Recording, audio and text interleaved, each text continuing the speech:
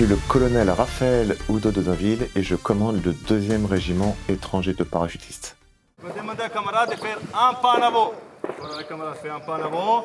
La Légion étrangère, elle a été créée en 1831. Ça regroupe environ 10 000 hommes. Et la particularité de cette unité, c'est que ce sont des étrangers qui sont sous commandement d'officiers français. Ici, au 2e Rep, c'est un régiment qui est singulier puisque c'est le dernier des régiments parachutistes de la Légion étrangère. Et puis au sein des unités parachutistes, c'est le seul régiment de légionnaires. Régiment qui est installé en Corse et à Calvi depuis 1967, qui était précédemment installé en Algérie. Ici, on trouve un terrain particulièrement propice à l'entraînement. On est entre mer et montagne. On trouve dans le désert des Agriates ou on trouve en Balagne un terrain exigeant qui permet véritablement de pouvoir s'entraîner avec réalisme.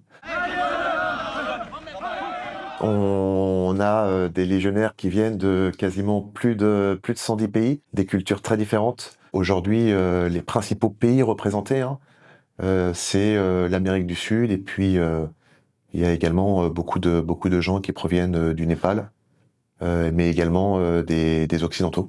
Certains, en arrivant, même beaucoup, ne parlent pas un seul mot de français. Et il y a des principes de base. Et le principe de base, c'est l'utilisation de la langue française qui permet d'avoir un référentiel commun. Et pour cela, il y a une méthode bien particulière, ce qu'on appelle la démonstration à outrance, qui permet aux légionnaires de petit à petit apprendre, comprendre le français. Quand ils sortent de leurs 4 premiers mois d'instruction, ils maîtrisent 500 mots. Et 500 mots, ça leur permet de pouvoir comprendre les ordres qu'on leur donne et de pouvoir, au combat, exécuter un ordre correctement.